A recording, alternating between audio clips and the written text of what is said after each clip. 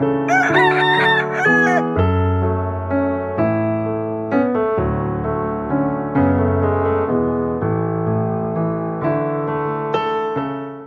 நாம் கர்த்தருடைய வேத வசனத்தை நாம் தியானிப்போமாக. अभी जो परमेश्वर वचन को ध्यान करेंगे,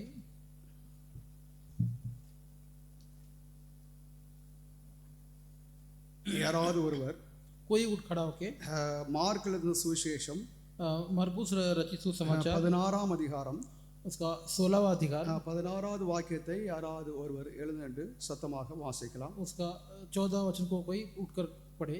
மார்க் எழுதின சுவிசேஷம் 16ஆம் அதிகாரம் 16வது வாக்கியம். மார்க் 16:14. விசுவாசம் உள்ளவனாகி ஞானஸ்நானம் பெற்றவன் ரட்சிக்கப்படுவான், விசுவாசியாதவனோ ஆக்கினைக்குள்ளாக தீர்க்கப்படுவான். ஹல்லேலூயா. हालेलुया. இங்கே நம்முடைய ஆண்டவராகிய இயேசு கிறிஸ்து மொழிந்த ஒரு திரு வாக்கியத்தை நாம் இப்பொழுது வாசிக்க கேட்டோம். यहाँ जो है परमेश्वर यीशु मसीह ने जो कहा हुआ वचन को हम पढ़ते हैं. மார்க் எழுதின சுவிசேஷம் 16ஆம் அதிகாரம் 16வது வாக்கியம். मरकुस रचित सुसमाचार 16 अधिकार 14 वचन. விசுவாசம் உள்ளவனாகி ஞானஸ்நானம் பெற்றவன் ரட்சிக்கப்படுவான், விசுவாசியாதவனோ ஆக்கினைக்குள்ளாக தீர்க்கப்படுவான் என்று நம்முடைய ஆண்டவராகிய இயேசு கிறிஸ்து இங்கே ஏதாவது பேசுகிறார். जो विश्वास करके जो बपतिस्मा लेगा वो उद्धार पाएगा, जो विश्वास नहीं करेगा उसका जो न्याय होगा करके लिखा है. ஞானஸ்நானம் என்றால் என்ன என்பதை நாம் அதாவது இன்னொரு முறையும் அதாவது நாம் தியானிப்போமாக. बपतिस्मा क्या है करके एक और बार इसका जो अध्ययन करेंगे. நாம் அனைவரும் ஞானஸ்நானம் பெற்றவர்கள். हम जो अनेक लोग जो है बपतिस्मा लिए हुए हैं, சரியான ஞானஸ்நானம் அதாவது பெற்றிருக்க வேண்டும் என்பது முக்கியமான காரியமாகும். बहुत ही जो ठीक तरह का जो बपतिस्मा लेना है करके ये जानना है. வேதத்தில் அல்லாத சில ஸ்நானங்களை அதாவது சிலர் அதாவது பெற்றிருப்பார்கள். जो शास्त्र में जो नहीं लिखा गया है वैसे कुछ और स्नान के बारे में लिखा गया है. அந்த ஸ்நானத்தை பெற்றிருக்கிறவர்கள் அதாவது அவர்கள் வேத வசனத்தின் அடிப்படையில் ஸ்நானத்தை பெற்றுக்கொள்ள வேண்டும், அது உங்களுக்கு அறிவிக்கப்படுகிறது. वो स्नान जो है जो जो पाएंगे जो जो शास्त्र के जो में लिखा गया है उसके हिसाब से नहीं है. ஞானஸ்நானம் என்றால் என்ன என்பதை நாம் அதாவது முதற்கண் அதாவது அறிந்து கொள்ள வேண்டும். बपतिस्मा करके क्या है करके पहले हम जानना है. சிலர்கள் அதாவது ஞானஸ்நானம் அதாவது என்றால் என்ன என்று தெரியாமலே சும்மா அதாவது இந்த ஆடு மாடு அதாவது தண்ணியில் அதாவது முழுகிற மாதிரி அதாவது அவங்க முழுகிட்டு போயிடுவாங்க. कुछ लोग बपतिस्मा का अर्थ जाने बिना ही ऐसे जो है ऐसे पानी में डुबकी लगाते हैं. ஞானஸ்நானத்திற்கு பின்பு என்ன செய்ய வேண்டும் என்று சொல்லி அதாவது அவர்களுக்கு தெரிகிறது இல்லை. बपतिस्मा के बाद क्या करना है उनको पता नहीं है. ஆதி சபையார் ஏதாவது ஞானஸ்நானத்தை தான் பெற்றுக் கொண்டார்கள். जो आदि कलीसिया जो बपतिस्मा जो पाया था, ஆதி கிறிஸ்தவர்கள் எல்லோரும் ஞானஸ்நானத்தை பெற்றுக் கொண்டார்கள். आदि जो मसीह है सभी लोग बपतिस्मा लिए நாம் थे. எதற்காக ஞானஸ்நானத்தை பெற்றுக்கொள்ள வேண்டும் என்றதாவது பலதாவது காரணங்கள் காரியங்கள் அதாவது காரியங்கள் பலதாவது ரூபகாரங்கள் இருக்கிறது. हम किस लिए ऐसे बपतिस्मा लेने उसके कई जो कारण है. பழைய ஏற்பாட்டில் இல்லாத ஒரு முறைமையை நமது புதிய ஏற்பாட்டில் அதாவது நாம் காணுகிறோம். पुराने नियम में ये सब प्रथा नहीं है, ऐसी बातें हम नए नियम में देखते हैं. பழைய ஏற்பாட்டில் நாம் அதாவது ஞானஸ்நானத்திற்கு ஒப்பானதாவது ஒரு செயல் அதாவது யூதர்கள் மத்தியில் ஏதாவது அதிகமாக இப்பொழுதும் அது இருக்கிறது. पुराने नियम में बपतिस्मा के तुलना में एक कार्य जो यहूदियों के बीच में अभी भी है. பழைய ஏற்பாட்டில் அதாவது ஒரு யூதன் என்று சொல்லி அழைக்கப்படுகிறவன் முதல்ல அதாவது விருத்த சேதனம் அதாவது பண்ணப்பட்டிருக்க வேண்டும். पुराने नियम में यहूदी करके अगर कहलाता है तो सबसे पहले वो खतना करना है. அவன் அதாவது விருத்த சேதனம் அதாவது பண்ணப்படாதவனாக இருந்தால் அதாவது அவன் யூதன் அல்ல. अगर उसका खतना नहीं हुआ तो यहूदी नहीं कहलाएगा. அது மாத்திரமல்ல அதாவது விருத்த சேதனம் பண்ணப்படாதவர்கள் அதாவது அவர்கள் புறஜாதிகள் என்று சொல்லி யூதர்கள் அவர்களை அழைத்தார்கள். इतना ही नहीं, जो जिसका खतना नहीं हुआ वो अन्य जाति कहलाता था. நாம் அதாவது பழைய ஏற்பாடுல பார்க்கும் பொழுது எல்லாம் அதாவது யூதர்கள் எல்லோரும் அதாவது விருத்த சேதனம் பண்ணப்பட்டவர்கள். पुराने नियम हमें देखेंगे यहूदी सारे जो लोग हैं वो खतना किए हुए थे.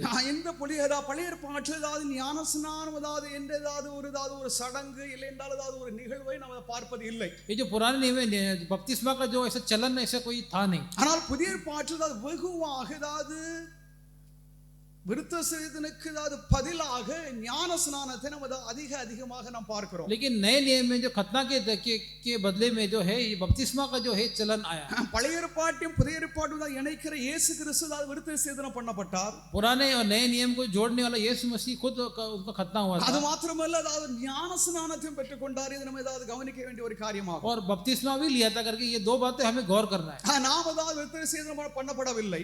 हमारा जो खतना नहीं हुआ, நாம் புறஜாதிகளாக இருந்தோம். हम अन्य जाति थे. புறஜாதிகள் தான் விருத்த சேதனம் பண்ணப்பட வேண்டாம், அவர்கள் ஞான ஸ்நானத்தை மாத்திரம் பெற்றுக்கொள்ளலாம் என்று சொல்லி ஆதி எருசலேம் சங்கத்திலே அது முடிவு செய்யப்பட்டது. अन्य जाति जो है उनका खतना नहीं होने बपतिस्मा केवल बपतिस्मा लेना काफी है करके आदि जो संघ में जो है ये बात हुआ था। ஆனால் யூதர்கள் வந்து அதாவது புறஜாதிகளில் இருந்து அதாவது யூதர்களாக அதாவது மாறுகிறவர்கள் இயேசு கிறிஸ்துவை விசுவாசிக்கிறவர்கள் கண்டிப்பாக விருத்த சேதனம் பண்ணப்பட வேண்டும் என்ற அதாவது ஒரு கும்பல் ஒன்று அதாவது தீவிரமாக செயல்பட்டு வந்தது. लेकिन अन्य जाति अगर वो यहूदी बन जाएंगे तो अवश्य उनका भी खतना होना करके ये बात होता था। இதை குறித்து அதாவது முதலாவது எருசலேம் சங்கத்திலே அதாவது பெரிதாவது விவாதம் உண்டாயிற்று. इस विषय में जो पहले जो यरूशलेम संघ में जो इसका बड़ा चर्चा हुआ। அப்போஸ்தலர்கள் அதாவது ஒரு தீர்மானமாக அதாவது ஒரு திட்டவட்டமான ஒரு தீர்ப்பை வழங்கினார்கள். प्रेरित जो है स्पष्ट रूप में एक उन्होंने जो फैसला लिया, புறஜாதியார் அதாவது விருத்த சேதனம் அதாவது பண்ணப்பட வேண்டிய அவசியம் இல்லை. अन्य जाति जो है उनका खतना होना जरूरी नहीं है। அவர்கள் எல்லோருக்கும் தெரியும் இயேசு கிறிஸ்து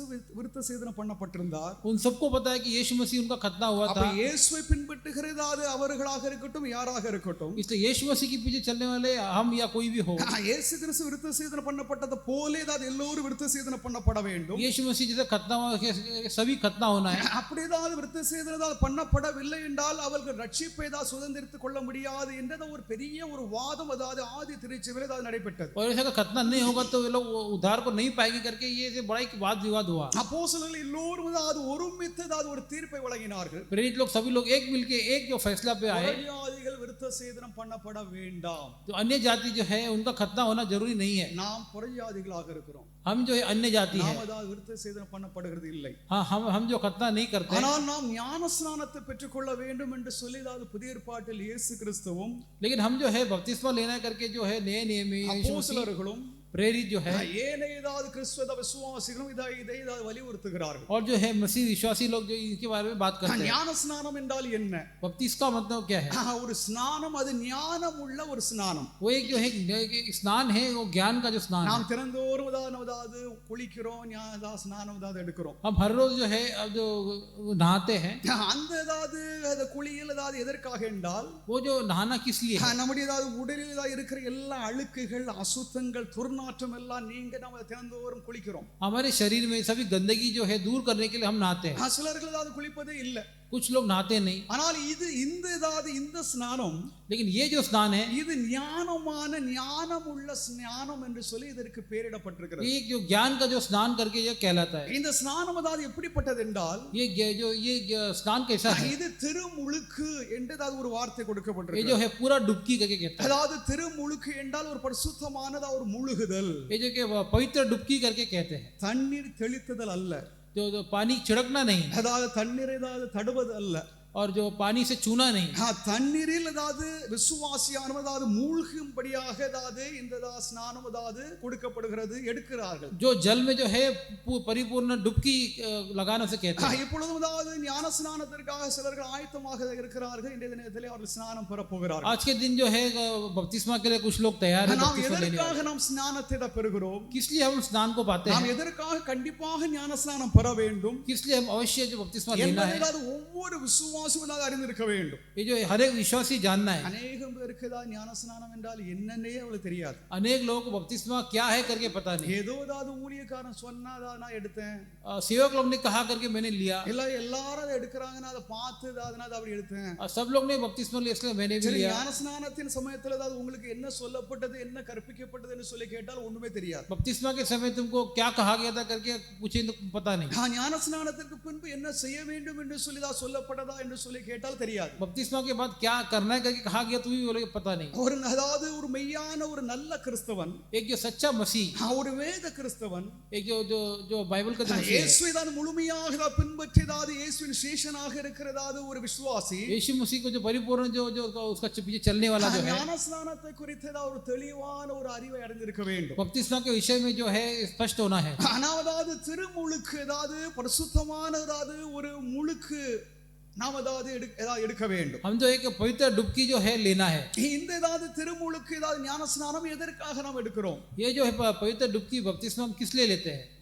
பழைய ஏற்பாட்டிலே அதாவது விருத்த சேதனம் பண்ணப்பட்டவன் யூதன், पुराने नियम में जो खतना हुआ वो यहूदी है। அதற்கு ஒப்பனையாக புதிய ஏற்பாட்டில் புறஜாதிகள் ஞான ஸ்நானத்தை பெற்றிருந்தால் அவர்கள் கிறிஸ்தவர்கள் என்று புதிய ஏற்பாடு நமக்கு தெளிவாக சொல்கிறது. उसके लिए जो है जो नया नियम में जो बपतिस्मा लेने वाला वो मसीह है। தேவனுடைய நாமத்திற்கு மகிமை உண்டாவதாக. परमेश्वर के पवित्र नाम को स्तुति हो। ஞான ஸ்நானம் அதாவது ஒரு முக்கியமானதாவது நாம் அதாவது பொதுவாக நமது சடங்கு என்று சொல்லி ஏதாவது எழுத்தாளர்கள் என்றால் இலக்கிய ரீதியாக சடங்கு சொல்வாங்க. बपतिस्मा जो है मुख्य है, जो आमतौर पे लोग इसे एक परंपरा से कहते हैं.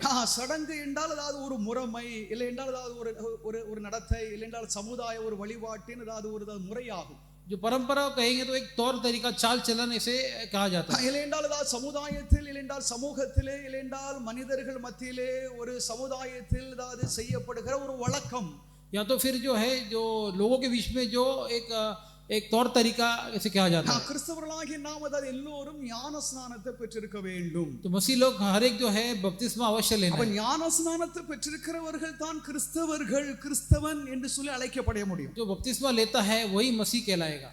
ஞானஸ்நானம் என்றால் அது என்னென்றே ஏதாவது தெரியாமல் தான் ஞானஸ்நானத்தை எடுத்துவிட்டு बपतिस्मा क्या है वो पता ही नहीं है. बपतिस्मा लेके அதாவது அதாவது அந்த அதாவது ஞானஸ்நானத்தினுடைய அதாவது ஆசீர்வாதத்தை பெற முடியாதவர்களாக அநேகம் பேர் இருக்கிறாங்க. वो बपतिस्मा जो उसका आशीष जो नहीं पाए बिना ही बहुत लोग. நாம் இந்த தினத்தில் ஞானஸ்நானம் என்றால் என்ன, எதற்காக எடுக்கிறோம் என்ன என்பதை சிலவற்றை நாம் அறிந்து கொள்வோமா. आज के दिन जो है हम बपतिस्मा किस लिए लेते हैं. ஒருவேளை நாம் அதாவது ஞானஸ்நானம் எடுத்த காலத்தில் நாம் அதாவது எப்படி என்ன ஏதாவது எந்த மனப்பான்மையோடு எடுத்தோம் என்று சொல்லி நாம் மறந்திருக்கலாம். हो सकता है बपतिस्मा लेते उस समय हम कैसे थे, हो सकता है हम भूल गए. நமக்கு என்ன போதிக்கப்பட்டது என்பதும் நமக்கு அதாவது ஞாபகம் இருக்காது. हमें क्या उपदेश दिया गया था शायद वो भी हम भूल गए रहेंगे. ஞானஸ்நானம் என்பது ஒரு முக்கியமான ஒரு நிகழ்வாகும், அதாவது ஒரு சங்கதியாகும். बपतिस्मा जो है एक मुख्य जो है वो एक परंपरा है. ஞானஸ்நானம் என்பது बपतिस्मा जो है கிறிஸ்துவில் அவன் அதாவது ஒரு விசுவாசி ஒரு புதிய வாழ்க்கையை அவன் தொடங்குகிறான். मसीह में जो है एक विश्वासी जो एक नया जीवन वो शुरुआत करता है. அவன் வெளிப்படையாக அதாவது எல்லோருக்கும் அதாவது மத்திய எல்லாருக்கும் முன்பாக, खुलेआम जो सब लोग के बीच में, சபைக்கு முன்பாக, कलीसिया के बीच में, குடும்பத்திற்கு முன்பாக, परिवार के बीच में அதாவது அவன் அதாவது அறிக்கை எடுக்கிறான். वो जो है अपना बयान करेगा. தன்னுடைய அதாவது பழைய வாழ்க்கையை துறந்து वो जो पुरानी जिंदगी को छोड़ के புதிய வாழ்க்கைக்குள்ளாக அவன் பிரவேசிக்கிறான். அதுதான் திருமுழுக்காகும். एक नई जिंदगी में प्रवेश करता हुई जो एक पवित्र डुबकी. அவனுடைய பழைய அகம் அதாவது நீங்கி उसका जो पुरानी बातें जो हटके அவனுக்கு தான் ஒரு புதியதாவது ஒரு அகம் அதாவது இயேசுவினால் கொடுக்கப்படுகிறது. उसके लिए जो है नई बातें जो है यीशु मसीह के द्वारा दिया जाता है. அவனுடைய பழைய வாழ்க்கை அதாவது அவைகள் அடக்கம் பண்ணப்பட்டு जो पुराने बातें जो है वो दफन किया जाता है. அவனதாவது புதிய வாழ்க்கைக்குள் அதாவது அவன் பிரவேசிக்கிறான்.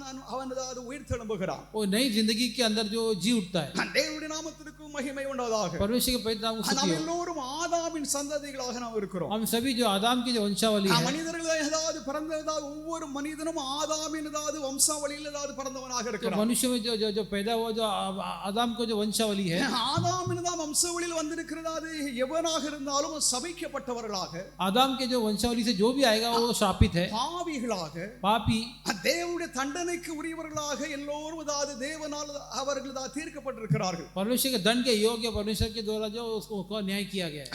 ஆதாம் செய்த குற்றத்தின் நிமித்தம், आदम ने किया हुआ गलती के निमित्त ஆதாமுக்குள்ளாக நாம் எல்லோரும் இருக்கிறோம். आदम के अंदर हम सभी है. ஆதாமின் ரத்தம் தான் அதான் நமக்குள்ளாக ஓடுது. आदम का लहू ही हम सब के अंदर जो बह रहा है.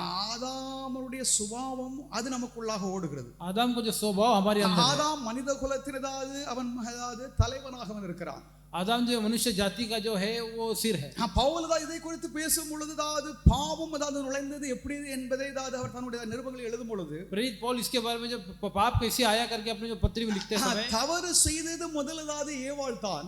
गलती जो पहले जो हवा ने किया, ஆனால் பொறுப்பு அதாவது ஏவாள் கிட்ட கிடையாது. लेकिन जो जिम्मेदारी हवा के पास नहीं था. நல்லா கவனிக்கணும். अच्छी गौर करना है. தவறு செய்தது முதல் ஏவாள். जो गलती किया पहला हवा ने किया. ஆதாம் தவறு செய்யவில்லை. आदम ने गलती नहीं ஆனால் किया. அது முழு பிரபஞ்சத்தினதாவது அந்த பொறுப்பு ஆதாமுடைய கரத்தில் இருந்தது நிமித்தம் लेकिन पूरे संसार का जिम्मेदारी आदम के हाथों में था. ஆதாம் தான் குற்றவாளி என்று சொல்லி அதாவது வேதம் அதாவது அவனை தீர்க்கிறது. आदम ही दोषी करके उसका वो जो फैसला किया. ஆதாமின் அதாவது வழியாக பாவம் மனுக்குலத்திற்குள்ளாக பிரவேசித்தது. आदम के द्वारा जो है जो पाप जो है प्रवेश किया. அதாவது ஒருவரும் அதாவது ஒருவராக அதாவது அவன் நீதிமான் அல்ல. कोई भी जो धर्मी नहीं है. எல்லோரும் பாவம் செய்து தேவ கிருபை இழந்திருக்கிறார்கள் என்று சொல்லி அதாவது பவுல் எழுதுகிறார். सभी लोग ने पाप करके परमेश्वर का जो अनुग्रह को खो दिया. இப்படி அதாவது மனிதர்கள் இப்படி இருக்கிறதை அதாவது தேவன் அதாவது பார்த்தார். ऐसे जो मनुष्य ऐसा है करके परमेश्वर देखता है. மனிதனை மீட்டுக் கொள்ள வேண்டும், ரட்சிக்க வேண்டும் என்று मनुष्य को छुड़ाना है, उसका उद्धार करना है. நம்முடைய குமாரனை இயேசு கிறிஸ்துவை நம்முடைய மீட்பராக அனுப்பினார். अपने पुत्र को जो है उद्धारकर्ता करके भेजा. இயேசுவை தான் விசுவாசிக்கிற அனைவரும் यीशु मसीह से विश्वास करने वाले अनेक लोग, இயேசுவை தான் ஏற்றுக்கொள்கிற அனைவரும் यीशु मसीह को स्वीकार करने वाले अनेक लोग பாவத்திலிருந்து அவர்கள் விடுதலை அடைகிறார்கள். पाप से जो है छुटकारा पाए। அவர்கள் ஆதாமின் வழி தோன்றியது வந்தது அந்த இதிலிருந்து நிலையிலிருந்து மாறி वो आदम की जो मार से जो हटके இரண்டாவது ஆதாமாகிய இயேசு கிறிஸ்துவுக்குள்ளாக அவர்கள் வைக்கப்படுகிறார்கள். दूसरा आदम जो है यीशु मसीह के अंदर वो मिल பழைய जाते हैं। ஆதாமுடைய சுபாவங்கள், पुराने आदम का स्वभाव, பழையதான ஆதாமுடையதான செயல்பாடுகள், पुराने आदम के जो हाव भाव, பழைய ஆதாமுடையதான கிரியைகள், पुराने आदम की जो क्रिया है, அவைகள் எல்லாம் ஒளிந்து वे सब जो है जो हट புதிய जाएगा। ஆதாமாகிய இயேசுவுக்குள்ளாக இருக்கிற விசுவாசிகள், नए आदम यीशु मसीह के अंदर जो विश्वासी लोग जो है, இரண்டாவது ஆதாமுடையதான சுபாவங்கள் பரிசுத்தமான சுபாவம், तो दूसरा आदम को जो स्वभाव है पवित्र स्वभाव है, அது நீதி உள்ள சுபாவம், वो धार्मिकता का है, அது தேவனை ஆராதிக்குவதான சுபாவம், वो परमेश्वर को आराधना करने का स्वभाव है, தேவனை சரியாக விசுவாசிக்குவதான ஒரு குணம், परमेश्वर से विश्वास करने का जो அது गुण है, இயேசுவினால் கொடுக்கப்படுகிறது என்று திருமறை நமக்கு தெளிவாக கற்பிக்கிறது. वो यीशु मसीह के द्वारा दिया जाएगा, ऐसा बाइबल में बताता है। ஞானஸ்நானம் பெறுகிறவர்கள் बपतिस्मा जो लेने वाले தங்களுடைய பழைய வாழ்க்கையை அவர்கள் திறந்து விடுகிறார்கள். अपने जो पुरानी जिंदगी को छोड़ना है, பழைய வாழ்க்கையிலிருந்து அவர்கள் விடுதலை பெறுகிறார்கள். पुरानी जिंदगी से वे छुटकारा पाते हैं।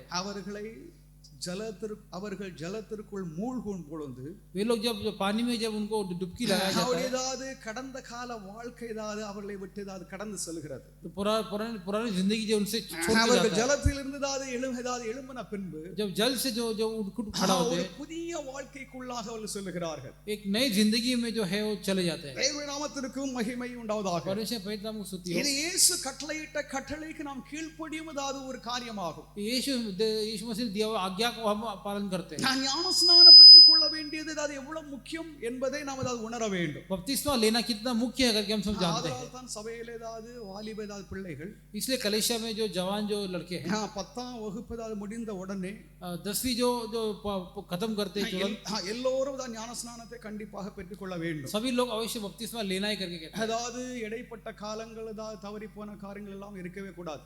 और जो बीच के जो बातें ऐसे जो गुजरे बातें सब रहना नहीं। அது நான் சபைக்கு அப்படிதான் சொல்லியிருக்கிறேன். ये कलेशिया को मैंने ऐसे बोला है। 10ஆம் வகுப்பு ஒரு 15-16 வயசுல 10ஆம் வகுப்பு முடிக்கிற சமயத்துல அவன் ஒரு தெளிவான ஒரு சிந்தனை உடையவனாக ஒரு மனிதன் மாறுகிறான். 10वीं कक्षा पूरी होते जब तकरीबन 15-16 साल होगा तो उनका जो है बुद्धि जो है वो स्पष्ट होता है। தெளிவாக ஆண்டவரை விசுவாசிக்க முடியும். हम जो है स्पष्ट रूप से परमेश्वर विश्वास कर सकते हैं தெளிவாக அவன் எண்ண முடியும். और जो है सोच सकते हैं। உலகம் எப்படி இருக்கிறது என்பது அவனுக்கு தெரியும்.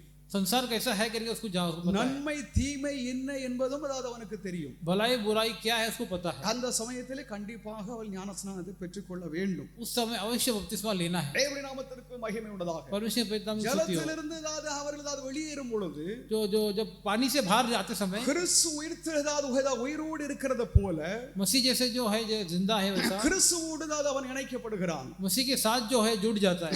தேவனுடைய நாமத்திற்கு மகிமை உண்டாவதாக. परमेश्वर के नाम की महिमा। அது மாத்திரமல்ல, केवल वही नहीं, அந்த விசுவாசி சபையின் அங்கமாக அவன் மாறுகிறான். वो विश्वासी जो है जो सब कलीसिया का जो है காணப்படுகிற சபை இயேசுவின் உடலோடு அவன் இணைக்கப்படுகிறான். तो यीशु मसीह के शरीर के साथ मिल जाता है। காணப்படாத சபை தேக மறைந்திருக்கும் சபை, जो छुपा हुआ जो कलीसिया அது இன்னொரு படியாகும். वो एक दूसरा पड़ाव है। அதை நான் பின்னால் உங்களுக்கு சொல்லுகிறேன். वो बाद में बोलता हूं। தேவனுடைய நாமத்திற்கு மகிமை உண்டாவதாக. परमेश्वर के पवित्र नाम की स्तुति हो। ஞானஸ்நானத்தை நாம் எல்லோரும் பெற்றிருக்கிறோம். बपतिस्मा हम सब ने लिया है। சரியாக பெறாதவர்கள் பல வேதத்திற்கு மாறான சில முறைமைகள் உலகம் எங்கும் பரவி இருக்கிறது. ठीक तरह से नहीं लिया हो तो बाइबल के विपरीत भी कुछ जगह पे बपतिस्मा का जो है चलन है। அதை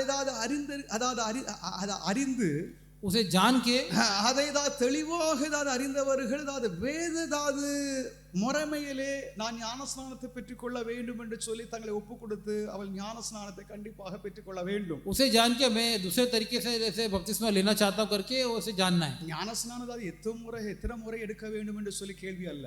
बपतिस्मा कितना बार लेना है करके ऐसा कोई सवाल नहीं है। இப்போ அதுல என்ன பிரச்சனைனா நான் ஒரு டைம் நான் ஞானஸ்நானம் பெற்றுக்கிட்டேன். इसमें समस्या क्या कि मैंने एक बार बपतिस्मा ले लिया। நான் குழந்தையிலே நான் ஞானஸ்நானம் பெற்றுக்கிட்டேன். मैं बचपन में बपतिस्मा ले लिया। குழந்தையிலே ஞானஸ்நானம் பெற வேண்டும் பெற்றார்கள் என்று சொல்லி நாம் வேதாகமத்தில் எங்கேயும் பார்க்க முடிகிறது இல்லை. बचपन में ही बपतिस्मा लिया करके बाइबल में हम कहीं देखते नहीं है।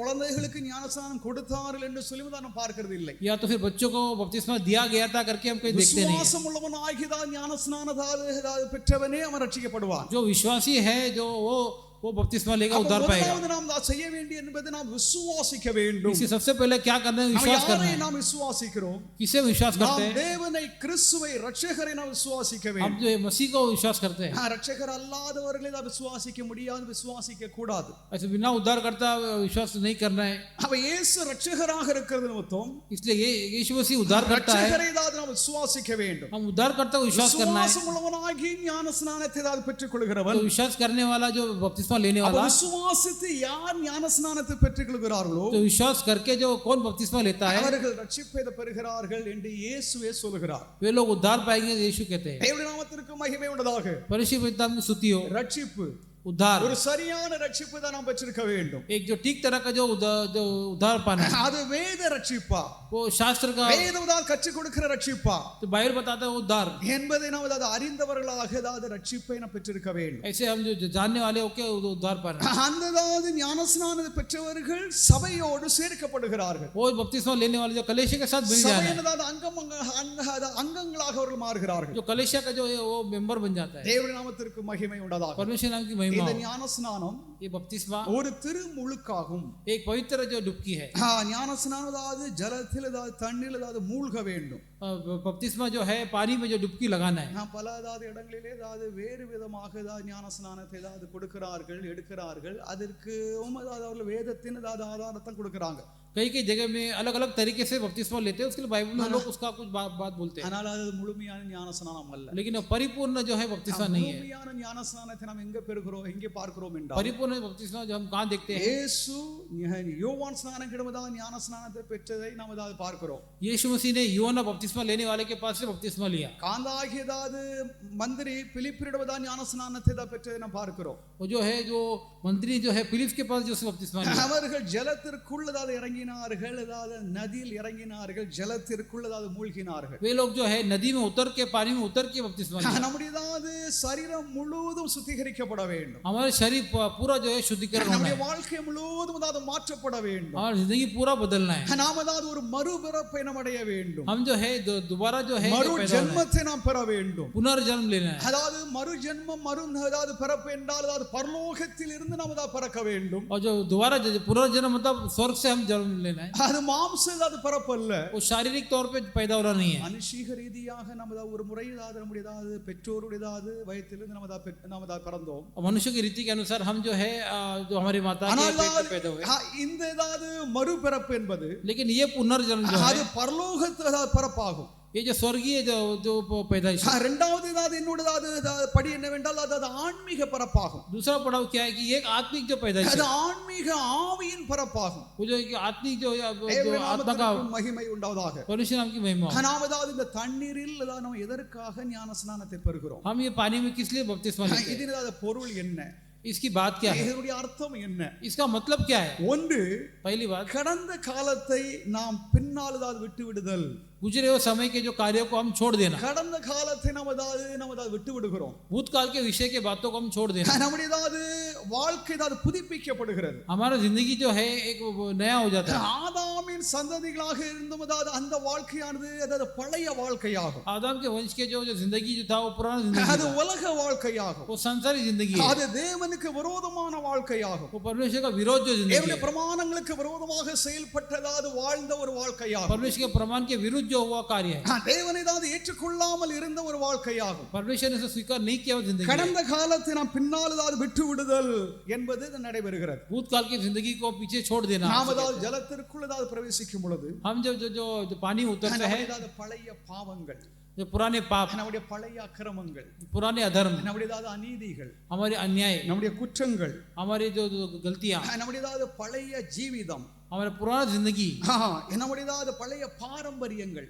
हमारे पुराने तौर तरीके, பழைய परंपरा, சுபாவங்கள், पुराने स्वभाव, அவைகள் எல்லாம் ஜலத்தில் அதாவது சென்று விடுகிறது. वे सब जो है पानी में से बह जाता है। தேவனுடைய நாமத்திற்கு ஸ்தோத்திரம். परमेश्वर पिता की स्तुति हो। அதனுடைய அர்த்தம் என்னவென்றால் उसका मतलब क्या है? கல்லறையில் அது அடக்கம் பண்ணப்பட்டு விடுகிறது. उसे कब्र में दफनाना क्या कहते தேவனுடைய हैं? நாமத்திற்கு ஸ்தோத்திரம். परमेश्वर पिता की स्तुति हो। நாம் அதாவது ஒரு புதிய வாழ்க்கைக்குள்ளாக தான் பிரவேசிக்க போகிறோம். हम जो एक नई जिंदगी में प्रवेश करने நாம் वाले हैं, ஜலத்தில் மூழ்கும் பொழுது நம்முடைய பழைய வாழ்க்கை எல்லாம் அதாவது அது கடந்து சென்று விடுகிறது. हम जब पानी में डुबकी लगाते हैं पुरानी जिंदगी बह जाता है। தேவனுடைய நாமத்திற்கு ஸ்தோத்திரம். परमेश्वर पिता की स्तुति हो। மனிதன் அவன் அதாவது பிறக்கிறான். मनुष्य जो है पैदा होते हैं, அவன் சாதாரணமாக தான் எல்லோரும் பறக்கிறது போல மாம்சதாது பிரகாரமாக எல்லோரும் பறக்கிறாங்க. वो जैसा साधारण तौर पे सब लोग जैसे पैदा होते हैं, அவர்கள் மாம்ச ரீதியாகவே வாழ்கிறாங்க, वे शारीरिक तौर तरीके से जीते हैं, உலகத்தில் வாழ்கிறாங்க, संसार में जीते हैं। அவர்கள் தேவனை ஏதாவது அவர்கள் விசுவாசிக்கவில்லை, தேவனை ஏதாவது அணுகவில்லை, தேவன் படைத்தார், தேவன் தன்னை உருவாக்கி இருக்கிறார் என்ற எண்ணம் இல்லை. लेकिन वो परमेश्वर के पास नहीं है, परमेश्वर ने सृष्टि क्या करके नहीं जानते, அவர்கள் தன்னுடைய வாழ்க்கை ஏதாவது தாங்களே நடத்தி கொள்கிறார்கள், वे उनकी जिंदगी खुद से ही चलाते हैं। இது மாற்றப்பட வேண்டும். ये जो है बदलना है, அதை அவர்கள் மாற்றவில்லை என்றால், अगर ये उन्हें बदला नहीं तो, ஏதாவது இந்த வசனத்தினுடைய இரண்டாவது பகுதியை வாசித்து பாருங்கள். ये वचन का जो दूसरा भाग देखिए, விசுவாசியாதவனோ, जो विश्वास नहीं करेगा, those who doesn't believe, जो विश्वास नहीं करेगा, விசுவாசிக்காதவனோ, जिसे विश्वास नहीं அவன் किया, ஆக்கினைக்குள்ளாக தீர்க்கப்படுவான். वो जो है वो अग्नि में डाला जाएगा, he will be condemned, that he will be judged forever. वो जो आग के लिए इसको दंड दिया जाएगा। அதாவது விசுவாசிக்காதவன், विश्वास नहीं किया, वो இயேசுவை ஏற்றுக்கொள்ளாதவன், इसने यीशु को नहीं स्वीकार இயேசுவை किया, ஏதாவது பற்றிக்கொள்ளாதவன், ये जो यीशु को नहीं இயேசுவை பின்பற்றாதவன், जो यीशु के पीछे नहीं चला, அவர்கள் ஆக்கினை ஏதாவது தண்டனைக்குரியவர்கள் என்று ஏதாவது வேதம் ஏதாவது மனிதர்களை தீர்க்கிறது. वे लोग जो दंड के योग्य करके बाइबल कहता है। என்னுடைய பிள்ளைகளாக இருக்கிற நாமோ, परमेश्वर के बच्चे लोग हम जो है, தேவனுடைய கிருபையினால் இரக்கத்தினாலே நாம் எல்லோரும் மீட்கப்பட்டோம். परमेश्वर की कृपा के द्वारा हम जो उद्धार पाए। முற்காலங்களிலே நாமும் ஏதாவது இப்படிப்பட்டவர்களாக தான் இருந்தோம். एक समय में हम भी ऐसे ही थे। பொதுவாக ஏதாவது இந்துக்களாக இருக்கட்டும், இஸ்லாமியர்களாக இருக்கட்டும், எந்த மதக்காரர்களாக இருக்கட்டும், आमतौर पे हिंदू हो या मुसलमान लोग, அவங்க அந்த மதத்தில் பிறந்திருக்கிறது நிமித்தம் அவர்கள் அந்த மதக்காரர்கள். वे लोग उस धर्म में पैदा हुए इसलिए वो धर्म के लोग हैं। இதற்கு மாறாக ஏதாவது வேதம் கிறிஸ்துவத்தை குறித்து நம்மை குறித்து பேசுகிறது. इसके उलट जो है, जो बाइबल जो है मसीह के बारे में बात करता है। கிறிஸ்துவ குடும்பத்தில் பிறந்திருந்தாலும், हम एक मसीह परिवार में पैदा हुआ तो भी, ஊழியக்காரனுடைய குடும்பத்தில் பிறந்தாலும், एक सेवक के घर में पैदा हुआ तो भी, பெரிய பரிசுத்தவானுடைய குடும்பத்தில் பிறந்தாலும், एक बड़े पवित्र घराने पैदा हुआ, மனம் திரும்பாமல் ரட்சிப்பை பெறாமல் ஞானஸ்நானம் பெறாமல் இருந்தால் அவனும் அதாவது புறஜாதி, அவனதாவது இயேசுவை விசுவாசிக்காதவனே. अगर उसे मन ने फिराया, बपतिस्मा लिया तो भी अन्य जाति है। அதனால் கிறிஸ்தவம் அதாவது வேதம் அதாவது என்ன சொல்கிறது என்றால், इसलिए मसीह जो बाइबल क्या कहता है, எந்த ஒரு ஆத்துமாவும் அதாவது இயேசுவை விசுவாசிக்க வேண்டும் என்று அதாவது கட்டளையிடுகிறது. कोई भी आत्मा हो यीशु मसीह विश्वास करना है। நாம் அதாவது நம்முடைய ஒரு கிறிஸ்துவ குடும்பத்தில் நான் பிறந்திருக்கிறேன், அதனால அதாவது ஐ எம் எ கிறிஸ்டியன் என்று சொல்லுகிறது, அது தவறு. हम एक मसीह परिवार पैदा इसलिए मैं एक मसीह करके बोलना गलत है। ஆனால் மற்றவர்கள் அது அப்படி அல்ல. लेकिन दूसरे ऐसे नहीं है। மற்றவர்கள் அவங்க மதத்தில் அதாவது உள்ள மதத்தில் பிறந்திருக்கிறது மொத்தம் அந்த மதக்காரர்கள். दूसरे लोगों को धर्म में पैदा हुआ करके वो धर्म के लोग हैं। ஆனால் நாம் கிறிஸ்தவர்கள் என்று சொல்லுகிறது அர்த்தம் அதாவது வேத அடிப்படையிலே நாம் அதாவது இயேசுவை விசுவாசிக்கும் பொழுதுதான், நாம் ஞானஸ்நானத்தை பெற்றுக்கொள்ளும் பொழுதுதான் நாம் அதாவது ரட்சிப்பை பெறுகிறோம், தேவனுடைய பிள்ளைகளாக மாறுகிறோம். We are called as Christians. लेकिन हम जो है बाइबल के अनुसार जो है बपतिस्मा लेते तो हम मसीह कहलाते हैं। ஆதலால் தான் ஞானஸ்நானத்தை பெறுகிறவர்கள் தன்னுடைய பழைய வாழ்க்கை அவர்கள் தொடர்ந்து விடுகிறார்கள். इसलिए जो है बपतिस्मा लेने वाले अपनी पुरानी जिंदगी को छोड़ना है। பழைய பாரம்பரியங்கள், तो पुराना परंपरा, உலக வழக்கங்கள், संसार के तौर तरीके, அதாவது நமக்கு எல்லாத்துக்கும் தெரியும் நம்ம அதாவது எப்படி இருக்கிறோம்னு சொல்லி நமக்கு தெரியும். हम सबको पता है हम कैसे रहते हैं, நான் எப்படி பழகுறேன், அதாவது என்னுடைய குடும்பம் என்ன, நான் எப்படி இருக்கிறேன்னு சொல்லி நம்ம எல்லாத்துக்கும் தெரியும். मैं कैसा हूँ, मेरा परिवार कैसा है, हम सबको पता है। ஆனால் இயேசுவை விசுவாசிக்கிற ஒவ்வொருவரும், यीशु विश्वास करने वाले हर एक அந்த ஏதாவது உலக வாழ்க்கை ஏதாவது விட்டுவிட வேண்டும் என்று ஆண்டவர் சொல்லுகிறார். उस संसारिक जिंदगी को छोड़ देना है। அப்ப இயேசுவை பின்பற்றுகிறவர்கள் ஒரு புதிய சிருஷ்டி, यीशु मसीह विश्वास करने वाला एक नया सृष्टि है, ஒரு புதிய விசுவாசி, एक नया विश्वासी है, தேவனுடைய பிள்ளை, परमेश्वर का संतान है, அதிகாரம் பெற்றதா தேவனுடைய பிள்ளை என்று சொல்லி வேதம் நம்மை குறித்து சொல்லுகிறது. परमेश्वर से अधिकार पाया हुआ परमेश्वर का बच्चा है। தேவனுடைய நாமத்திற்கு ஸ்தோத்திரம். परमेश्वर पवित्र नाम की स्तुति हो। இரண்டாவது, दूसरी बात, புதிய வாழ்க்கைக்கு அவர்கள் உயிர் தெழுப்பப்படுகிறார்கள். एक नई जिंदगी के लिए वे जिलाए जाते हैं।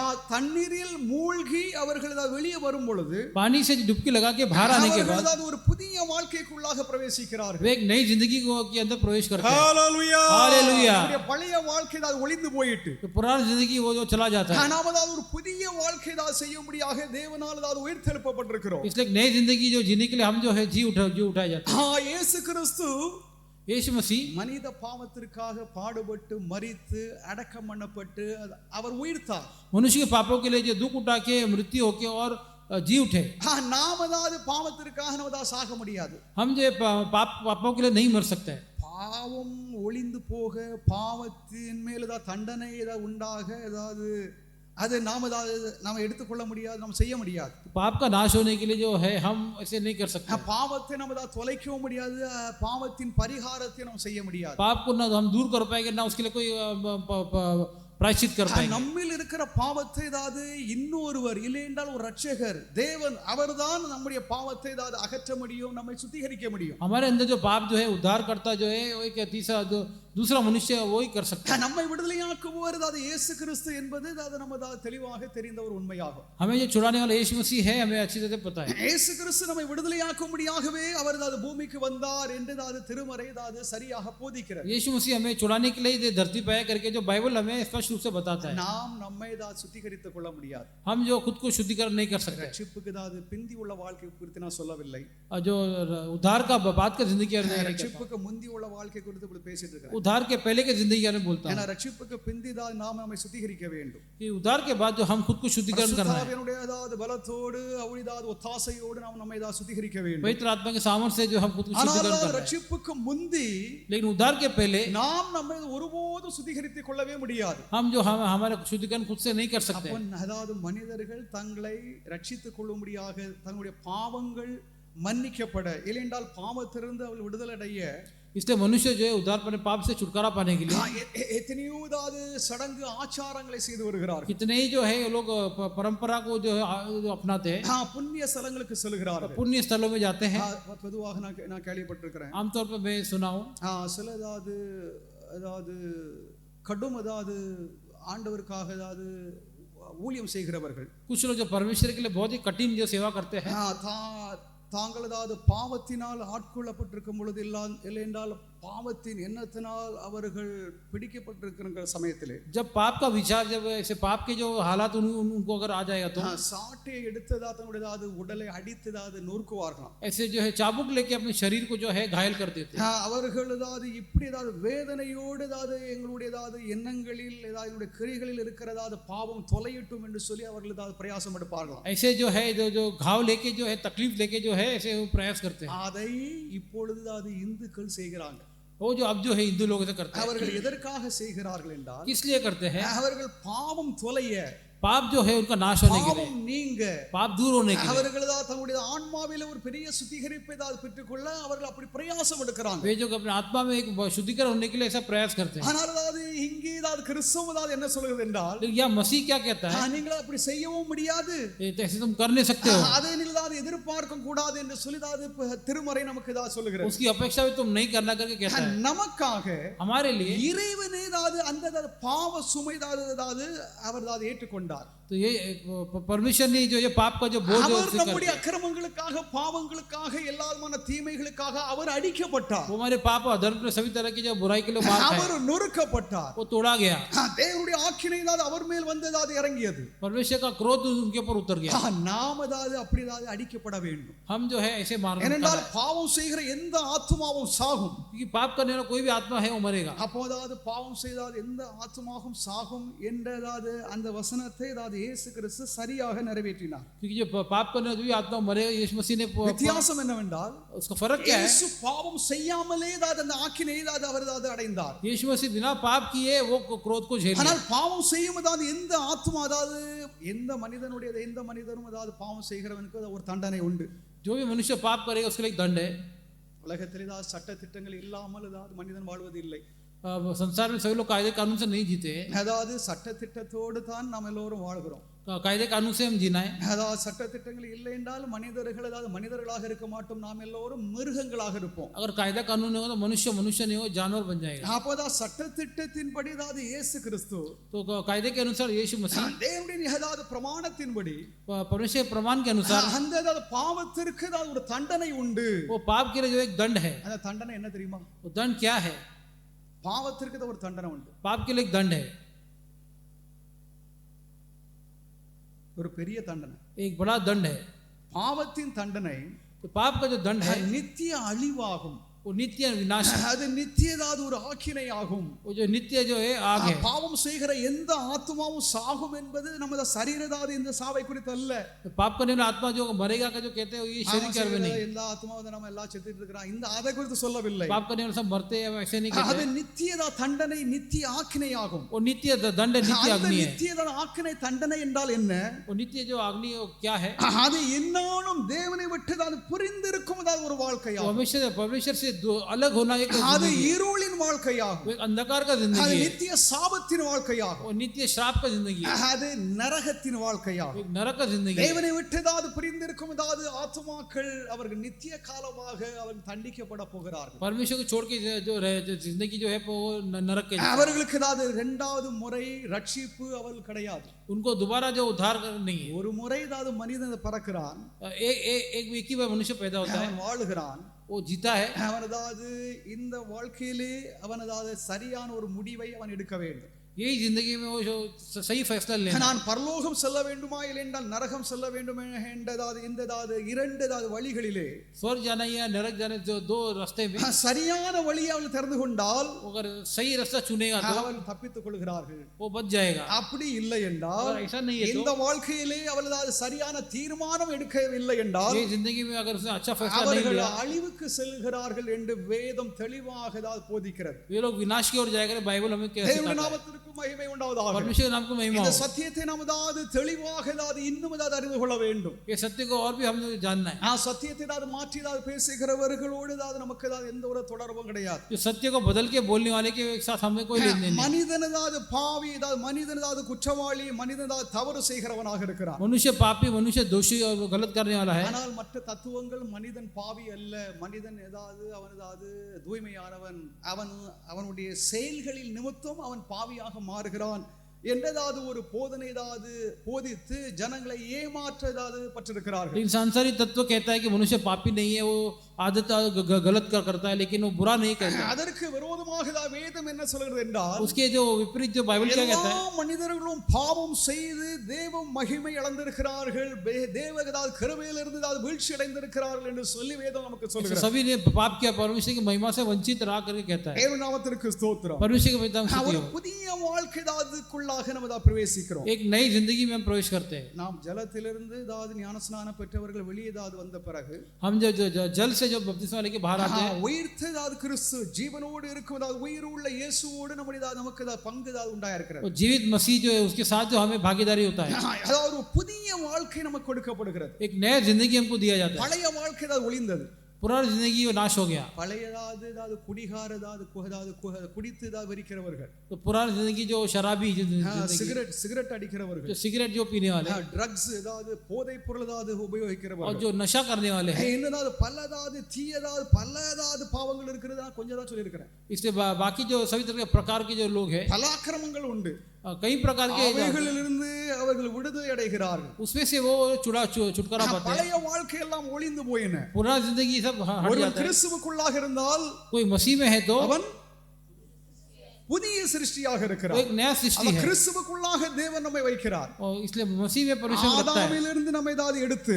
आदम से निकाल के நம்மை கிறிஸ்துவுக்குள்ளாக ஏதாவது இயேசு வைக்கிறார். हमें मसीह के अंदर रखते ஒருவன் हैं। கிறிஸ்துவுக்குள்ளாக இருந்தால் इसलिए कोई मसीह में है, அவன் புதிய சிருஷ்டியாக இருக்கிறான். वो नया सृष्टि है, அவனுக்கு புதிய வாழ்க்கை கொடுக்கப்படுகிறது. उसको नया जिंदगी दिया அவன் जाता है, புதிய எண்ணங்களோடு वो नए सोच से ஒரு தூய்மையான வாழ்க்கை செய்யும்படியாக தேவ ஆவியானவர் அவனை நிரப்புகிறார் என்ற இரண்டாவது படியை நாம் அதாவது பின்னால் பார்க்கலாம். इसलिए पवित्र जिंदगी जीने के लिए जो है उसको बुलाया जाता है। நாமத்திற்கு மகிமை உண்டாவதாக. परमेश्वर पवित्र नाम स्तुति हो। ஞானஸ்நானம் என்பது ஒரு முக்கியமான ஒரு காரியமாகும். बपतिस्मा एक मुख्य कार्य है। இதை நாம் அதாவது அவ்வப்பொழுது நாம் அதாவது தியானிப்பது இல்லை.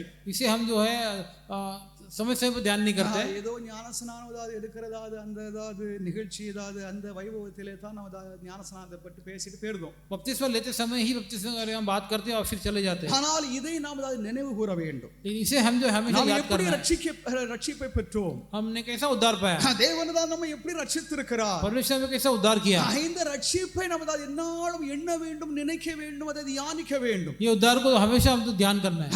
தேவன் நமக்கு ஒரு புதிய வாழ்க்கை கொடுத்திருக்கிறார். परमेश्वर हमें एक नया जिंदगी दिया है। அந்த வாழ்க்கை அது யாருடைய வாழ்க்கை என்றால் ये जिंदगी किसी का है, அது கிறிஸ்துனுடைய வாழ்க்கையாகும். ये मसीह का जिंदगी है। ஆதாமின் வாழ்க்கை அல்ல, आदम का जिंदगी அது नहीं है, கிறிஸ்துனுடைய வாழ்க்கை. मसीह का जिंदगी है। கிறிஸ்துவானவர் அவருடைய நீதி, मसीह का धर्मिकता, அவருடைய யதார்த்தம், उसका जो सच बात है, அவருடைய உன்னத நோக்கம், उसका जो जो ऊंचा जो उद्देश्य है, அவருடைய வாழ்க்கை வாழும்போது அவர் புதிய வாழ்க்கை கருத்து நமக்கு தந்திருக்கிறார். उनका जिंदगी जीने के लिए एक नया जो जिंदगी दिया है। மூன்றாவது, तीसरी बात, ஞானஸ்நானத்தை எடுக்கிறவர்கள் बपतिस्मा लेने वाले அதாவது சாட்சியின் ஒரு பகிரங்க அறிவிப்பை தான் கொடுக்கிறார்கள். एक जो है कि गवाही देना है।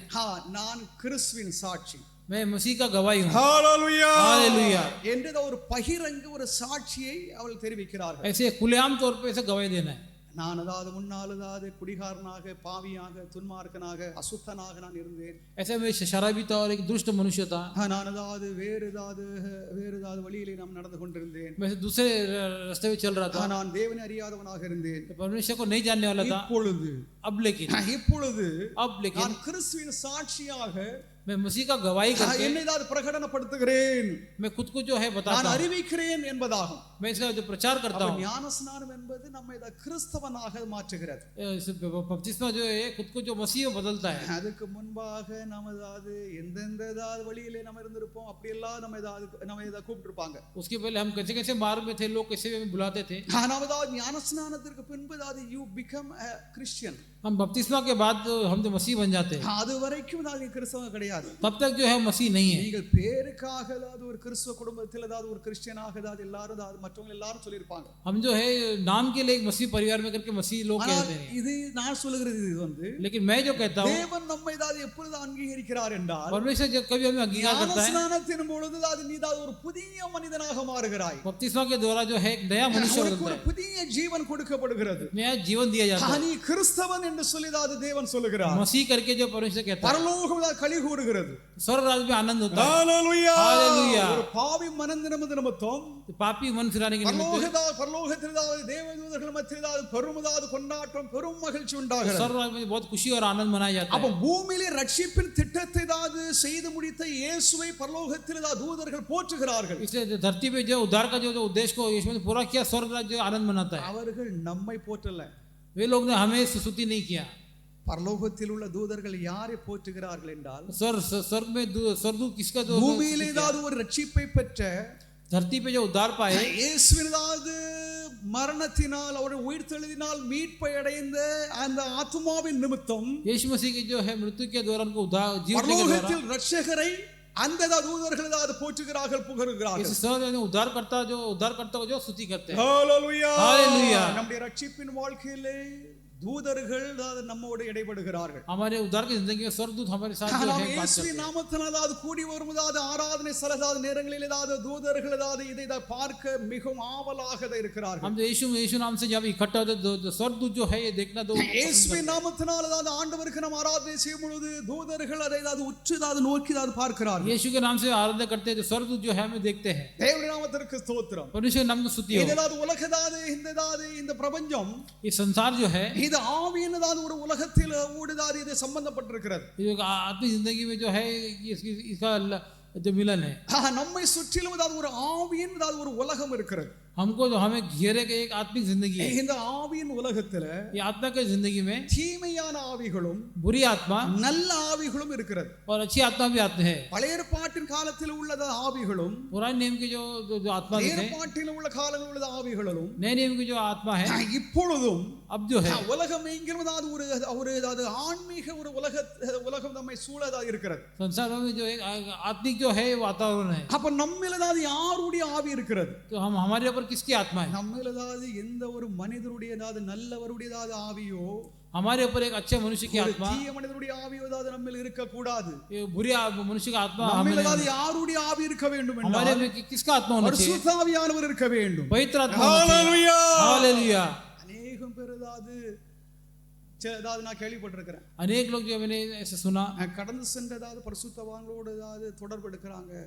ऐसे जो है ऐसे जो गए हुए जो पवित्र लोग के साथ जो है लोग बातचीत में है, அந்த பரிசுத்தவான் எங்களோட பேசுகிறாங்க, या तो वो पवित्र लोग से बात करते हैं, அவங்க சத்தியத்தை போதிக்கிறாங்க, या तो वो सत्य को ऐसे बताते हैं। அது வேதத்திற்கு புறம்பான ஒரு காரியமாகும். वो जो बाइबल के जो उलट बात है, அது வேதத்தில் இல்லாத ஒரு காரியமாகும். वो बाइबल में नहीं है वो बात है, அதை கடைபிடிக்க கூடாது.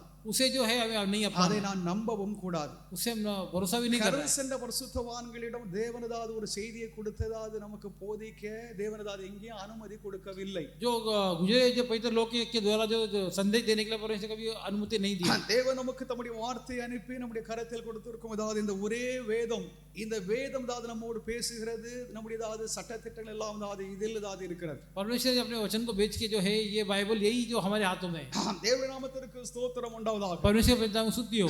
ஆதலால் இந்த தீய ஆவிகள் அதாவது நல்ல ஆவிகள் என்றதாவது இந்த உலக மண்டலத்திலே इसलिए जो बुरी आत्मा और जो नए जो अच्छी आत्मा की जिंदगी में பரிசுத்த ஆவியானவர் அந்த புதியதாவது ஆத்துமாவை புதிய விசுவாசியை நிரப்ப வேண்டும். पवित्र आत्मा जो है वो नए विश्वासी को भरना है। நாம் இயேசுவின் சாட்சிகள் என்று நமது பகிரங்கமாக நாம் அறிவிக்கிறோம். अब यीशु मसीह के गवाही करके जो खुलेआम तो बताना है। இப்போ என்ன பாருங்கதா தேசத்துல अब लेकिन देखेंगे देश में ஒரு புறஜாதி இல்லைஎன்றால் ஒரு ஹிந்து அப்படி இல்லைன்னா ஒரு இஸ்லாமியர் இல்லைஎன்றால் மற்றதா மதக்காரர்கள் एक अन्य जाति हिंदू या मुस्लिम या कोई भी हो, நான் கிறிஸ்தவனாக ஏதாவது மாற விரும்புகிறேன் मैं ऐसे मसीह बनना चाहता हूँ करके, இல்லைஎன்றால் நான் கிறிஸ்தவன் इसलिए मैं मसीह हूँ என்று சொல்லி சொல்ல வேண்டும் என்றால் अगर इसे बोलना है तो ஒரு மாசத்திற்கு முன்னால एक महीने के पहले கோர்ட்டில் कोर्ट में அவங்க எழுதி கொடுக்கணுமா, उनको लिख के देना है நான் இப்பொழுது ஹிந்துவா இருக்கிறேன், मैं ऐसे हिंदू था, நான் அதாவது கிறிஸ்தவனாக மாறிட்டேன், मैं मसीह बदल गया, எனக்கும் ஏதாவது என்னுடைய பழைய மதத்திற்கும் தொடர்பு இல்லை, अब मुझे और मेरे पुराने धर्म से कोई लेन देन नहीं, என்னுடைய சுய அதிகாரத்தோடு சுய விசுவாசத்தோடு நான் இதை பதிவிடுகிறேன் என்று அவன் கோர்ட்டில் அதாவது அவன் கேஸ் ஏதாவது கொடுக்கணும். मैं पूरे होशो आवाज में इसे बताता हूँ कि कोर्ट में डिक्लेरेशन देना है. இந்த இது வந்து அது இப்போது பல மாநிலங்களில் அதாவது அது பரவலாக இருக்கிறது. ये जो ऐसे बातें जो है ऐसे बहुत फैल रहा है. அப்போ துணிந்தவர்கள், इसलिए जो निडर है, யாருக்கும் பயப்படாதவர்கள், जो किसी को डरते नहीं, இயேசுவுக்கு மாத்திரம் பயப்படுவேன், यीशु को सिर्फ डरूंगा, எந்த அதிகாரத்திற்கும் அதாவது நான் பயப்பட மாட்டேன் என்று சொல்லி துணிந்து நிற்கிறவர்கள் தான் किसी अधिकार को नहीं डरूंगा करके जो निडर है, அவர்கள் குடும்பத்தையும் அதாவது அவர்கள் அதாவது விட்டு விடுவார்கள். वे लोग परिवार को भी छोड़ देंगे. அதாவது நம்முடைய சபையில் அதாவது பல அதாவது விசுவாசிகளுடைய குடும்பங்கள் எதிர்ப்பு தான் தெரிவிக்கிறாங்க. इसलिए हमारे चर्च में जो कई परिवार में घर के लोग जो है विरोध करते हैं. நம்ம அந்த ஆத்மாவுக்காக ஜெபித்துக் கொண்டிருக்கிறோம். हम वो आत्मा के लिए प्रार्थना कर रहे हैं. இப்போ அதாவது अनेகம் பேர் அதாவது இயேசுவை பின்பற்ற அதாவது ஒருவன் தன்னை அதாவது முற்றிலுமாக அர்ப்பணித்து விட்டான் என்றால், इसलिए यीशु मसीह का पीछे चलने का जो परिपूर्ण अर्पण किया तो மற்றதாவது ஒருவரையும் அதாவது அவன் அதாவது சட்ட பண்ண மாட்டான், और किसी चीज का फिक्र नहीं करेगा, அவன் அதாவது யாதற்கும் அதாவது பயப்பட மாட்டான், और किसी का नहीं डरेगा. நான் இயேசுவின் அதாவது பிள்ளை, यीशु मसीह का நான் बच्चा இயேசுவை है, பின்பற்றுகிறேன், यीशु का நான் இயேசுவின் சீஷன், यीशु का चेला है, நான் கிறிஸ்தவன், मैं मसीह हूँ. என்று தைரியசாலி தான் அதாவது காலங்களிலே அதாவது சாட்சியிட முடியும், அதாவது அவர்கள் அதாவது ஜீவிக்கவும் முடியும். ऐसे जो धैर्य है वही मसीह का जिंदगी जी सकता है.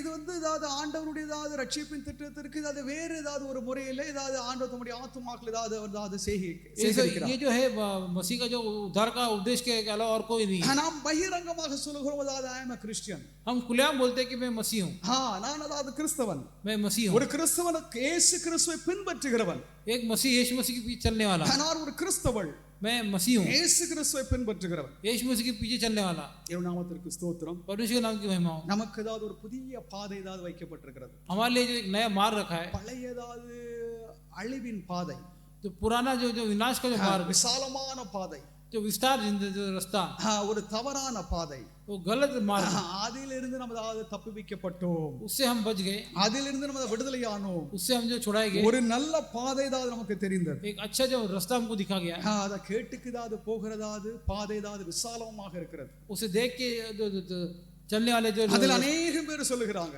इसलिए अनेक लोग कहते हैं அந்த பாதை ஏதாவது கேட்டுக்கு அழிவுக்கு தான் கொண்டு செல்கிறது, वो जो मार्ग जो है विनाश के लिए जा रहा है, நித்திய ஜீவனுக்கு தான் செல்லுகிற பாதை. लेकिन यहाँ पे ये जो मार्ग है அது ஏதாவது வழி ஒடுக்கமும் அதாவது நெருக்கமுமாக இருக்கிறது. बहुत ही सकरा रास्ता है. அப்போ தேவனுடைய பிள்ளைகளாக இருக்கிற நாம ஏதாவது கொஞ்சவர்களாக இருக்கிறோம், इसलिए परमेश्वर के लोग हम थोड़े लोग हैं. ஒரு நெருக்கமான பாதையின் வழியாக நாம் செல்கிறோம், एक बहुत ही सकरा रास्ता जो है, ஒரு கட்டுப்பாடு உள்ள ஒரு வாழ்க்கை செய்கிறோம். एक ही बहुत ही जो है जो कंडीशन के साथ அந்த ஏதாவது உலகத்தார்களை போல ஏதாவது உலகத்தில் வாழ்கிறவர்களை போல ஏதாவது நம்ம ஏதாவது ஜீவிக்கவோ, संसार के लोग के जैसा जीना, அவங்களை போல் பழகவோ, उसके जैसा जो அவங்களை போல் பேசவோ, उसके जैसा बात करना, இல்லை என்றால் ஏதாவது அவங்களை போல் ஏதாவது இருக்கவோ தேவையில்லை. उनके जैसे रहना ஏனென்றால் நாம் இப்பொழுது கிறிஸ்துனுடையவர்கள், क्योंकि हम जो है मसीह में, இப்பொழுது நாம் கிறிஸ்தவர்கள், अभी हम मसीह है, தேவனால் அது முன்குறிக்கப்பட்டவர்கள். परमेश्वर जो चुने गए लोग हैं. இது ஒரு கீழ்ப்படிதலாகும். ये एक जो अधीनता है, ஞானஸ்நானம் என்பது ஒரு கீழ்ப்படிதல். बपतिस्मा जो एक अधीनता है, அது இயேசுவின் கட்டளைக்கு நாம் கீழ்ப்படிகிறோம். वो यीशु मसीह की आज्ञा को हम जो अधीन होते हैं. மத்தேயு 28:19 வாசிக்கலாம். மத்தேயு 28:19. मैथ्यू 28:10.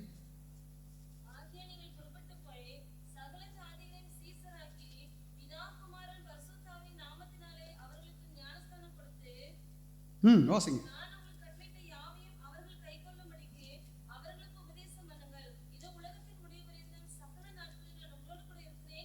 அப்போ ஞான ஸ்நானத்தை பெற்றிருக்கிறவர்கள், तो बपतिस्मा जो पाए लोग, ஞான ஸ்நானத்தை கொடுத்தவர்கள், जिसने बपतिस्मा दिया, தேவ ஜனங்களோடு அந்த சபையோடு பரிசுத்தவான்களோடு கிறிஸ்தவர்களோடு இயேசு என்றும் இருக்கிறார் என்றும் என்று அவர் இங்கே பேசுகிறார். परमेश्वर के लोग के साथ जो है कलीसिया में परमेश्वर अभी है.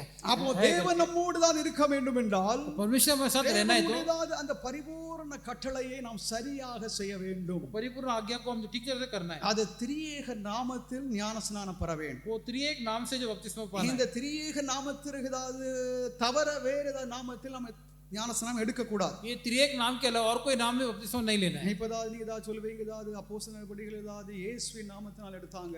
आपने कहा कि प्रेरित पिता में ये यीशु के नाम पे बपतिस्मा लिया. நீ நல்லா படிச்சு பாருங்க, आप अच्छी तरह पढ़ लीजिए. இயேசுவின் நாமத்தில் எடுத்தாங்க, यीशु मसीह के नाम से लिया, இயேசு கிறிஸ்துவின் நாமத்தில் எடுத்தாங்க, यीशु मसीह के नाम से लिया, வெறும் கர்த்தருடைய நாமத்தில் எடுத்தாங்க, केवल परमेश्वर के नाम से लिया. என்னதாவது பர்பல். அப்ப எந்த நாமத்தில் அவங்க எடுத்தாங்க इसे कौन से नाम से बपतिस्मा लिया, அது தெளிவாக சொல்ல முடியாது. और स्पष्ट रूप में हम कह नहीं पाएंगे. இந்த ஏகத்துவம், ஒரே கடவுள், திரியேகதாவது ஆண்டவரை ஏதாவது எதிர்க்கிறவர்கள், திரியேக உபதேசத்தை பகைக்கிறவர்கள், அதை தான் நிராகரிக்கிறவர்கள் ஏகத்துவத்தை ஏதாவது ஏற்றுக்கொள்கிறார்கள். ये जो ऐसे त्रिएक नाम को जो विरोध करने वाले ऐसे कहते हैं, இந்த ஏகத்துவத்தின் இந்த உபதேசக்காரர்கள், ये जो एक नाम में से जो उपदेश करने இயேசு वाले, கிறிஸ்து தான் பிதா, यीशु मसीह पिता, இயேசு கிறிஸ்து தான் ஏதாவது குமாரன், அவர் தான் இயேசு கிறிஸ்து, यीशु मसीह ही पुत्र है, இயேசு கிறிஸ்து தான் பரிசுத்தாவியானவர் என்று சொல்லி குழப்பி यीशु मसीह पवित्र आत्मा करके जो गड़बड़ी लाके அநேகரை இந்த ஒரு தவறான ஒரு முறைமையை அவர்கள் செய்து வருகிறார்கள். अनेक लोग जो ऐसा गलत बातें करते हुए आते हैं. மத்தேயு 28ஆம் அதிகாரத்தில் இயேசு நேரடியாக சொன்னது அப்போஸ்தலர்கள் செய்தார்களா இல்லையா என்பதுதான் கேள்வி. मत्ती 28 में जो यीशु मसीह ने कहा प्रेरितों ने किया कि नहीं, वो सवाल है. இயேசுவின் நாமத்தில் என்றால் यीशु मसीह के नाम में, இயேசுவின் அதிகாரத்தோடு, यीशु मसीह के अधिकार से, அங்கே திரியேக நாமத்தில் அது கொடுக்கப்பட்டது என்று சொல்லி மத்தேயு தான் எழுதுகிறார். वहां पे जो त्रिएक नाम के में दिया गया था. இயேசுவின் நாமம் என்றால் இயேசுவின் அதிகாரம், यीशु के नाम से मतलब यीशु का अधिकार, இயேசுவின் ஒப்புதலோடு, यीशु मसीह के सहमति से. என்றால் அக்காலத்தில் இயேசுவானவரை அதாவது பகிரங்கமாக கடவுள் கர்த்தர் என்று சொல்லி அறிவிக்கிறது ஒரு பெரிய ஒரு பிரச்சனை இருந்தது. कि उस समय यीशु मसीह को जो खुलेआम जो परमेश्वर कहना वो बहुत बंदिश था. ஏனென்றால் சுற்றிலும் உள்ள சமுதாயம் எல்லாம் யூதர்கள், क्योंकि जो पूरा समुदाय यहूदी था, ஏராளமான புறஜாதிகள் இருந்தாங்க, और बहुत से अन्य जाति लोग थे. இயேசுவின் நாமம் இயேசுவின் நாமம் என்றால் இயேசுவின் அதிகாரத்திலே, यीशु के नाम मतलब यीशु का अधिकार से அவர்கள் திரியேக நாமத்தில் ஒரு முறை பிதா, குமாரன், பரிசுத்த ஆவியின் நாமத்தில் ஞான ஸ்நானத்தை எடுத்துக்கொள்ள வேண்டும். त्रिएक नाम मतलब पिता, पुत्र, पवित्र आत्मा करके कहते हैं. இதுதான் பாரம்பரியமாக வரலாற்று திருச்சபை செய்து வருகிறது. यही जो पारंपरिक में जो कलीसिया में जो हो रहा है, அதில் எந்த ஒரு மாற்றமும் இருக்கக்கூடாது. इसमें कोई बदलावट नहीं होना है. இந்த இயேசுவின் கட்டளையை நாம் நிறைவேற்றுகிறோம். यीशु मसीह का आज्ञा पूरा करते हैं. வெவ்வேறு நாமங்கள் அல்ல, अलग अलग नाम नहीं, ஒரே கடவுள் என்னும் நாமம், பிதா, குமாரன், பரிசுத்த ஆவியானவர் என்ற நாமம், एक ही नाम जो है जो परमेश्वर पिता, पुत्र, நாமத்தில் நாம் ஞான ஸ்நானம் பெற்றுக்கொள்ள வேண்டும். वो नाम में हमने बपतिस्मा लेना है. மூன்று பேருக்கு மூன்று முழுக்கும் அல்ல, तीन लोगों के लिए 3 डुबकी नहीं. சில இடங்கள்ல இப்படி எல்லாம் செய்யறாங்க. कुछ जगह में ऐसे भी करते हैं. பிதாவுக்கு ஒரு முழுக்கு, ऐसे पिता के लिए, குமாரனுக்கு ஒரு முழுக்கு, पुत्र के लिए, ஆவியானவருக்கு ஒரு முழுக்கு, और पवित्र आत्मा के लिए. வேதத்தில் இல்லாதது. ऐसे बाइबल में से नहीं है. ஒரே நாமத்தில் ஒரு முறை மூழ்கி எழும்ப வேண்டும், அவ்வளவுதான். एक ही नाम में जो डुबकी लगा के जो है बाहर आना. தேவனுடைய நாமத்திற்கு ஸ்தோத்திரம். परमेश्वर पिता की स्तुति हो. நமக்கு நாம் ஒரு சாட்சி உள்ளவர்களாக இருக்கிறோம். हम गवाही है, இயேசுவின் சாட்சிகளாகும். यीशु मसीह के गवाही. அப்போ புதிதாக ஞானஸ்நானம் பெறுகிறவர்கள் இயேசுவின் சாட்சிகளாக மாறுகிறாங்க. इससे नए जो यीशु मसीह का गवाही बनते हैं. அவர்கள் உலகத்திற்கு நான் இயேசுவுக்கு சொந்தமானவன் என்று சொல்லி அவர்கள் அறிக்கை எடுக்கிறார்கள். कोई संसार को बताते कि मैं यीशु मसीह के लिए जो खुद का हूं. தேவனுடைய நாமத்திற்கு ஸ்தோத்திரம். परिचय में स्तुति हो. அது மாத்திரமல்ல, யோவான் 3:5 केवल ये नहीं, यूहन्ना 3:5 में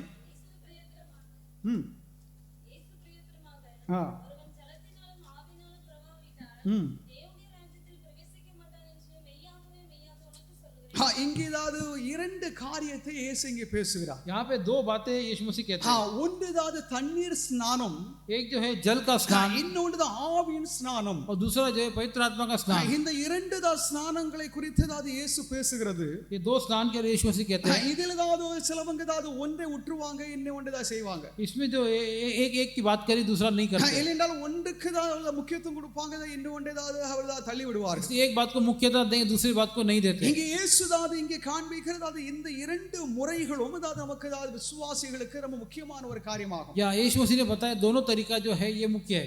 இந்த தண்ணீர் ஸ்நானம், ये जो जल का स्नान, இது அதாவது வெளிப்புற ஒரு உடலில் நடைபெறுகிற ஒரு செயலாகும். ये जो है शरीर में जो आने वाली बातें हैं, இதனுடைய அடையாள பொருள், इसका जो चिन्ह है பழைய பாவ வாழ்க்கைக்கு அதாவது மரித்து पुराने पापी जिंदगी के मर के இயேசுவை பின்பற்றும் ஒரு புதிய வாழ்க்கைக்கு